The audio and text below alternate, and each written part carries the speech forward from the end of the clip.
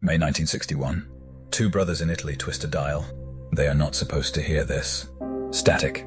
Then, a voice. A woman's voice. Speaking Russian. Panicked. Я горю, это слушайте, говорите со мной. Я горю, я буду входить. The signal cuts. Then, another voice. A man. Мне жарко, все уже темно, я буду входить. Then silence. Forever. The brothers rewind the tape. They listen again, and again, and they realize this is not from Earth. This is from above, from space, from someone who went up and never came back. But here's the problem. When they check the newspapers, there is no launch, no mission, no name. Just Yuri Gagarin, smiling, waving, first man in space. So who were they? Who was she? And why did the Soviet Union never mention them? Welcome to Black Line. 1949. Turin, Italy. Two brothers, Achille and Giovanni Battista Judica-Cordiglia, spend their adolescence saving money for radio parts. They buy scraps from American soldiers. They build an enormous antenna on the roof of their apartment building. For fun, they tune into frequencies from around the world. But in 1957, everything changes. Sputnik. The space race begins. And the brothers realize if they can hear satellites, they can hear people. They move their operation to a repurposed German World War II bunker outside Turin. They build an experimental listening station, homemade radios, giant antennas, and they start eavesdropping on the night sky. In 1958, they capture Sputnik's frequency, then Explorer 1, then John Glenn's communications in 1962. NASA hears about them, invites them to headquarters. Scientists praise their self-taught engineering. The brothers exchange frequencies with NASA, American missions for Russian ones. They establish the Zeus network, connecting radio enthusiasts worldwide. But the Soviet frequencies, those are different. Encrypted, secret. And one night in May 1961, they catch something that should not exist. A voice, female, in distress, speaking from space. Я горю, это слушайте, говорите со мной. Я горю, я буду входить. Before Gagarin, before anyone officially went up, the brothers know what they heard, but the world is not ready to believe them. The Judica-Cordiglia brothers released multiple recordings between 1961 and 1964, each one more disturbing than the last. Here is what they claim to capture. Recording 1, May 1961. A woman's voice. Я горю, это слушайте, говорите со мной. Я горю, я буду входить. The signal fades. The brothers calculate the trajectory. It came from orbit, but no Soviet mission was announced. No female cosmonaut existed in official records. Recording 2, November 1962. A man's voice. Мне жарко, все уже темно, я буду входить. Silence. The brothers believe this is a failed re-entry. A capsule burning up. A man dying alone, 100 kilometers above Earth. Recording 3, April 1964. A heartbeat. Regular, then irregular, then no flatline. No words, just the sound of a human body dying in silence. Transmitted on a Soviet medical frequency. The brothers are not conspiracy theorists. They are engineers. They calculate Doppler shifts, trajectories, signal strengths. They present their findings to journalists, to scientists, to anyone who will listen. But the response is always the same. Where is the proof? Where are the names? Where are the bodies? The Soviet Union under Khrushchev and Brezhnev was a black box. Space missions were state secrets. Failures were buried deeper than successes. Cosmonauts trained in secrecy. Their families did not know their schedules. Their deaths would not be reported. In 1960, Marshal Mitrofan Nedolin and 89 others died in the Nedolin catastrophe, a rocket explosion at Baikonur. The Soviet government covered it up for decades. Official reports claimed a plane crash.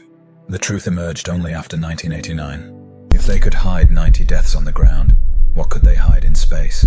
The KGB knew about the Judica-Cordiglia brothers. In 2008, a journalist tracked down a former KGB agent who admitted, "Of course we were interested. They were hacking into our communications." Imagine, two amateur kids taking apart the Russian space program like it was a toy. The agent let them off with a warning. But the message was clear: we are watching. And yet, the brothers were never stopped. Their recordings were never confiscated. Was the KGB unable to silence them? Or did they allow the recordings to circulate as disinformation? A double bluff to make the West believe the Soviet program was more advanced and more brutal than it really was. This is the paradox of Cold War intelligence. Sometimes the truth is hidden inside a lie. And sometimes the lie is hidden inside the truth. While the lost cosmonauts remain unproven, the Soviet space program did kill people. Verified. Documented. Buried in the Kremlin wall. Valentin Bondarenko, March 23, 1961. 3 weeks before Gagarin's flight. A 15-day isolation test in a pressure chamber filled with 68% oxygen. Bondarenko, a 24-year-old fighter pilot from Kharkiv, removes biosensors. Uses an alcohol-soaked cotton ball to clean his skin. Discards it. It lands on a hot plate. In pure oxygen, fire is not fire. It is explosion. The chamber becomes a furnace. Bondarenko tries to smother the flames. He is engulfed. He survives 16 hours with 100% burns. He dies in agony at Botkin Hospital. His death is classified. His family is lied to. His existence is erased from public records until 1986. Gagarin flies 3 weeks later. The first official space fatality was hidden until the program was already legendary. Vladimir Komarov, April 24, 1967. Soyuz 1, the first man to die during a space mission. Multiple system failures from launch. Stuck solar panel. Malfunctioning sensors. Radio issues. Komarov orbits 19 times fighting the craft. On re-entry, the main parachute tangles with the backup. The capsule crashes at 145 km per hour. Komarov's body is cremated on impact. His ashes are entombed in the Kremlin wall. He knew the ship was faulty. He reportedly demanded an open casket funeral if he died, so the Soviet leadership would see what they had done. They did not grant his wish. Just ashes. And silence. Soyuz 11, June 30th, 1971. Georgy Dobrovolsky, Vladislav Volkov, Viktor Patsayev. 23 days in space. The first crewed mission to a space station. Triumph. Then, a faulty breathing valve opens during separation. Depressurization at 168 kilometers. The cabin loses pressure in seconds. The crew is not wearing pressure suits. They lose consciousness in 10-15 seconds.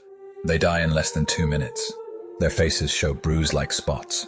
Blood trickles from ears and noses. The capsule lands intact. The recovery team opens the hatch. Silence. 3 men who conquered space died in it. The Soviet state media downplays the tragedy, emphasizes accomplishments, does not announce the exact cause for almost 2 years. The world is left to wonder, if they hid this, what else?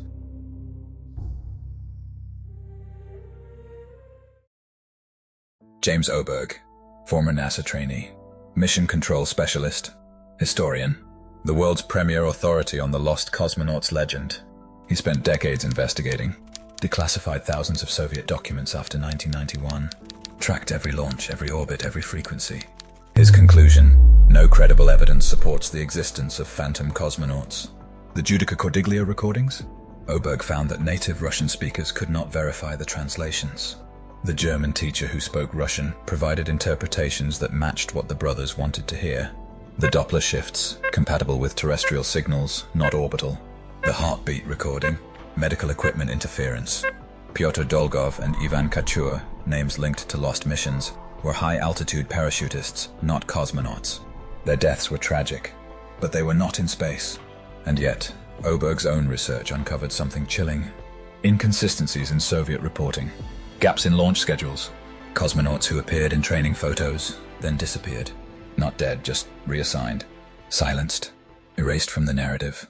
The Soviet Union did not need to kill cosmonauts in secret. They simply needed to control who was seen, who was remembered, who became a hero, and who became a ghost.